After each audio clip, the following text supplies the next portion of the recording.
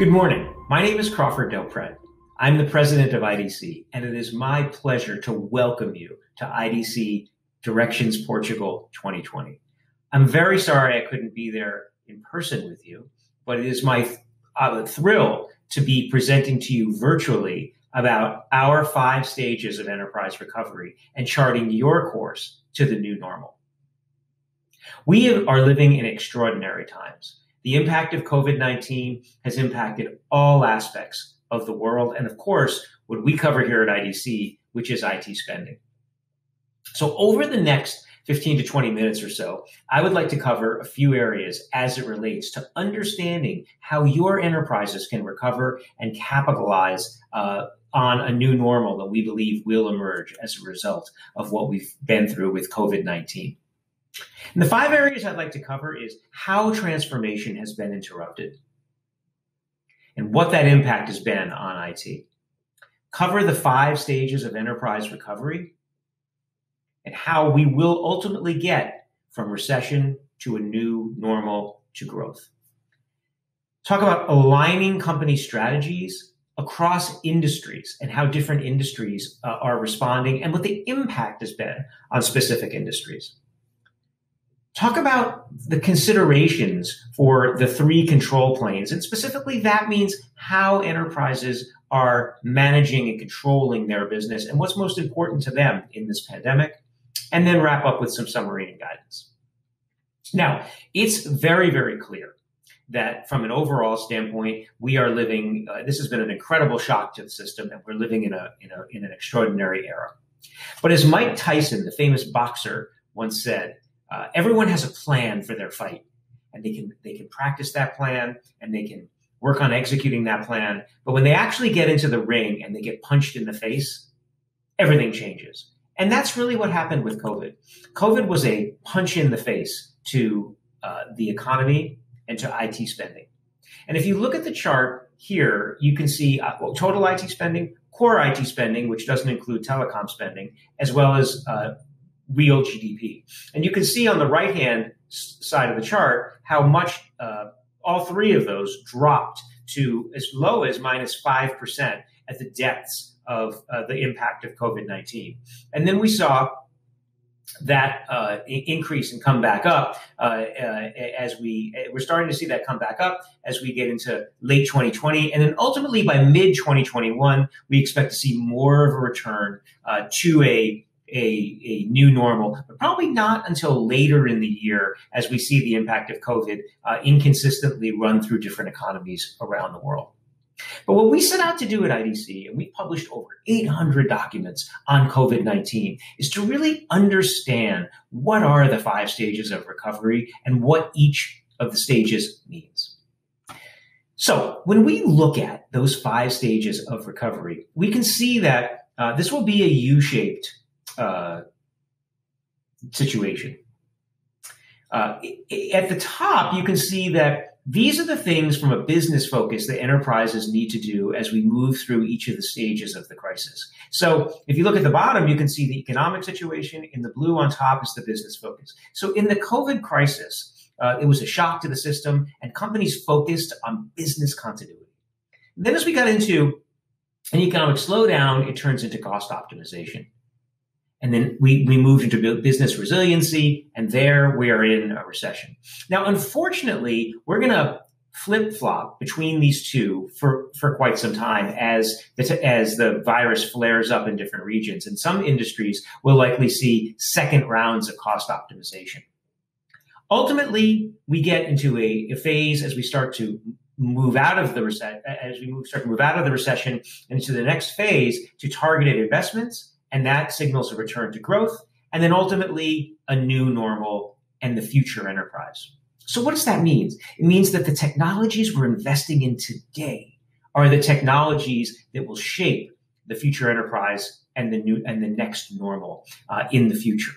So the goal here is to flatten the curve, is to make this dip as shallow as possible with your cost optimization and your business resiliency plans in order to get through this recession and then move on to the next phase.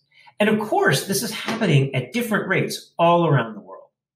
So what we see is that if you look at overall IT spending, IDC has been surveying a COVID-19 tech index, and over 1,000 is kind of means that people are positive about IT spending and indicates an increase in IT spending, and under 1,000 indicates a decline in IT spending. And you can see that only Asia Pacific is over 1,000 as we get into August of this year, and the two other regions, US and Europe, are still below. Now, obviously, China, who's recovered significantly from this terrible situation, is driving much of the demand. Is driving much of the sentiment in Asia Pacific. Europe is very, very mixed. You've got places like Portugal and Spain, which are still seeing flare-ups, and you've got places like the UK, which are now seeing flare-ups. And of course, you've got places like Italy, where they locked down very, very successfully and have continued to keep the virus at bay. And Germany is kind of somewhere in between. For the United States is the largest mature economy that is still really suffering the impact of COVID and continues to see flare-ups all around the country, now in more the middle of the country, but even moving out toward the west in California. So the U.S. is going to be quite inconsistent in their recovery, and that's very, very clear going forward. So we are going to see that we will see increased demand. We will see this gradually return, but it will be uneven as time moves on, which is why we don't expect this to end until we get into the second half of 2021 timeframe at the earliest. So when you look at economic slowdown, what are customers focused on? Well, they're focused on cost optimization. And you can see that 75% of companies are modifying the projects that they had. And they're more focused on projects that will generate a return to the business in the near term. And of course, they are interested in projects that will reduce cost. But only about 5% of companies are canceling projects outright. But more than half of companies on the right-hand side of this chart are investing in new projects. And these are things that will address weaknesses in the pandemic, and will allow companies to take advantage of maybe strengths that they had and competitor weaknesses, and then start to think about introducing new business models. Now at IDC, we've been thinking about these new business models and thinking about how technology is driving these new business models. And we've launched research on the left-hand side here around 9 different practice areas. And these are things like the future of trust and the future of connectedness and the future of digital innovation and the future of digital infrastructure, to name a few. Obviously, the future of work. And what you see that is some quick survey data here is, as a result of the COVID-19 pandemic, you can see that buyer intent for things like business operations resiliency, customer experience programs, data programs for insights into the business, these are all on the rise. These are all increasing. And the reason for this is because customers see this as an opportunity to invest. This is an opportunity to leapfrog competitors and to make a difference in their business long term. And so everything that you see here on this chart are the things that scored the highest, everything from workplace transformation to business resiliency programs. People are betting on technology to help them get through this COVID-19 situation. Now, when you look at industry impact and IT spending, you can see that if you look at the share of IT spending and the industry impact index, companies obviously operate in an industry, and how they're impacted by this decrease in IT spending and their ability to invest is different depending upon what industry they participate in. What we found is that even though you can plot which industries will be impacted and which have a high share of ICT spending, it's really not enough to just look at a gross industry section. What's really more important is to look at the sub-industries. And let me give you an example why. If you look at retail, for example, it doesn't tell the story and the difference that was experienced in retail between sub-industries like groceries versus apparel. So we saw that groceries were actually positively impacted. Of course, some went to curbside pickup, and some had a little bit of a stall in the winter, but really groceries are a place where people get their goods that they use to nourish themselves and their loved ones. So grocery stores had to come back, and they did come back very, very strong. Apparel, on the other hand, had already been struggling with the impact of e-commerce. And now we've seen some in Western world, some very, very high profile retailers declare bankruptcy. Ultimately, COVID-19 was the thing that pushed them over the edge. So you really need to look at the sub-industry if you're going to see the overall story. Now, let's look at financial services. So if you look at how COVID-19 accelerates digital, you can look at the digital maturity versus the vertical impact in different segments of financial services. And here we're looking at everything from, on the left, retail banking, to the right, corporate and small business banking. And you can see that these have a mix of high digital maturity and then a relatively high impact on the vertical. So if I go to the right-hand side, you can see that corporate and small business banking and capital markets, which include things like private equity, it would include things like investment banking, they had a relatively high impact and had already been quite digital for quite some time. And now COVID, there really isn't a lot more those companies can do as a result of COVID. It's actually, it hampers their business because it's tough to look at companies and to evaluate companies and to do mergers and acquisitions when you can't go visit those companies. You can do a lot of the work, but you can't do all of the work. On the left-hand side, retail banking had already been relatively high digital, but the impact on it was it's not as substantial as maybe some of the other segments. Now, of course, these companies all have websites, they all process payments, they all do a lot of digital work. But what we found was that COVID was an opportunity for those companies to invest and to change. So, for example, we saw one large retail bank in the Western world was the website kept falling over. The website kept crashing because people were going to the website to understand whether their government subsidy checks had been processed because they needed their money. And they were consistently checking their account. So what did that bank do? That bank added an alert function on top of their current digital infrastructure so that they could alert people when there was a transaction change, when their digital stimulus checks had been received into their account. And that made their site more resilient and it delighted their customers. So what you see is that when you get into the left-hand, particularly the lower left-hand part of this chart, there's an opportunity to leapfrog. There's an opportunity to invest and to delight your customers and to move ahead in the industry. So while COVID is a horrible situation, there are opportunities to invest and to build a tighter bond with your customers. So now let's look at vendor selection criteria.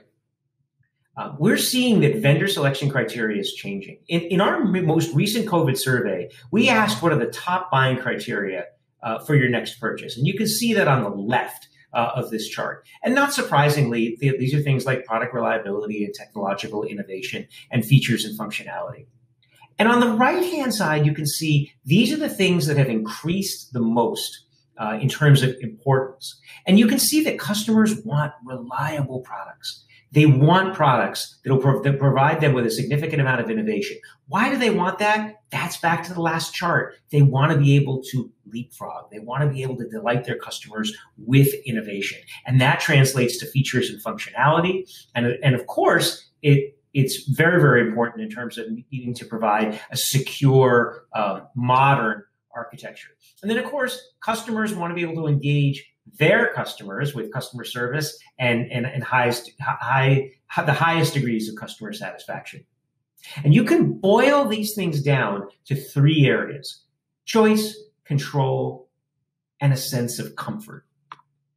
And if you think about that, you can see that there are three values that are just so important. And those are the ones I just mentioned. And these values are what people are gravitating to in this global pandemic. We have so much uncertainty in these times. And that means that customers want optionality. They want to be able to have choice. They want to be able to pivot and be flexible with their offerings. This level of uncertainty also means customers want to feel control. They want to feel like they have a partnership, and they want to be able to establish greater control over their infrastructure, and an infrastructure that is increasingly digital. And that, of course, translates to their digital business operations as well as their IT operations. And then finally, there's comfort. Customers, there is a flight to safety now. Customers need an option that allows them to feel like they have a partner that can have a broad line, that can work with them, and that can build a deep partnership with them for years to come.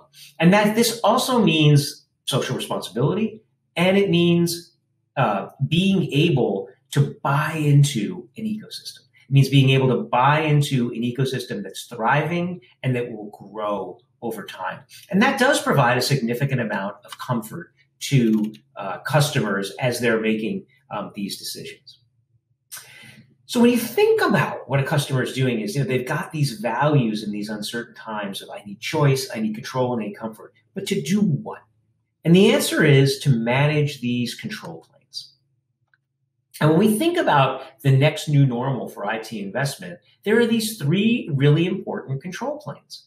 And the first is a control plane that'll be near and dear to a lot of the infrastructure people's hearts. This is the workload control plane. How do I create optimal performance with a lot of flexibility and a resilient, modern IT architecture? The next is the enterprise control plane. And that enterprise control plane is where you start building your applications. And we think applications will increasingly be built with AI infused on top of them. And you start to see intelligence at scale. You can see that now, how do I take my data and turn it into something that is knowledge that can make my people more productive? And we believe that over time, as I've said many times before, people have compared data to oil. Data is not the new oil. Data is the new water.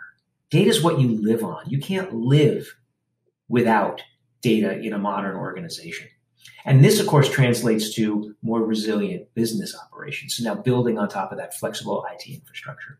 And then finally, there's that ecosystem control plane. And I've talked about this a bit on the last slide. What am I buying into? I'm buying into something that's socially responsible. I'm buying into something that I have an understanding of how I can partner with this ecosystem, and how I'm buying into something that's resilient, that's a thriving ecosystem over time. And we'll be studying all these areas in our research, but you can see that, again, it speaks to this level of uncertainty and therefore translates into a level of control that your customers seek. So as we wrap up, where are we in this cycle? We're at the end of the beginning. This is going to be a long, drawn-out process, and we're all going to emerge from it at different rates and with different timeframes. And therefore, the impact on technology investment will be uneven, but it will be very, very significant. And it'll be significant at different times in the cycle. But we do believe that as we get into 2021, we'll start to see that technology investment and next new normal start to emerge. And so therefore, you need to meet your customers where they are, and you need to think about investing to help your customers differentiate and emerge stronger from this crisis. Think about where your customer is. He or she is dealing in uncertain times, and what do they value? They value choice, comfort, and control. And think about how you partner around those parameters. And then think about what they need to control, each of those control planes. Because this new IT management principle of operating in these control planes, we believe will be very, very reassuring to your customers, and will give them a logical way to think about their operations and where they can partner for long-term success. So I hope this was helpful for you. I look forward to a time when we can see each other in person. But for now, I wish you a wonderful event, and I thank you for your attention.